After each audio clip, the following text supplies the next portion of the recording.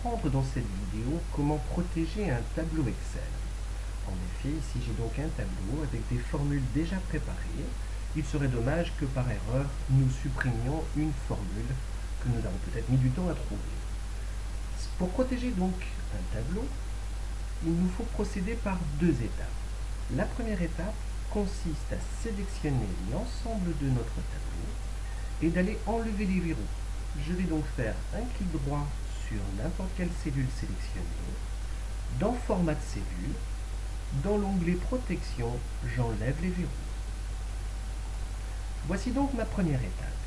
Lorsque j'ai des formules d'ailleurs dans une cellule, cela m'est indiqué par un petit triangle où ça n'est pas logique d'avoir enlevé des verrous sur des cellules où il y a des formules. Je vais donc maintenant remettre des verrous sur les cellules concernées. Je sélectionne par exemple celle-ci. Avec la touche CTRL, je vais donc aller sélectionner toutes les cellules concernées par des formules. Je relâche ma touche CTRL et par un clic droit sur une cellule, je vais donc aller chercher la possibilité de changer le format de cellule. Je remets les verrous dans les cellules concernées. Je valide. Ma première étape est réalisée.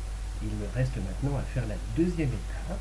Dans l'onglet Accueil, je vais dans Cellule Format, Protéger la feuille. Je peux éventuellement mettre un mot de passe.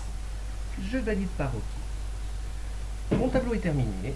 Les cellules que je ne souhaite pas modifiables, si je clique deux fois dessus, j'ai un message qui me dit que ce n'est pas possible. Par contre, à un endroit particulier, si je souhaite modifier une cellule, il n'y a pas de souci, c'est disponible. Voilà donc la première petite vidéo tuto sur la protection des feuilles. À bientôt sur d'autres explications.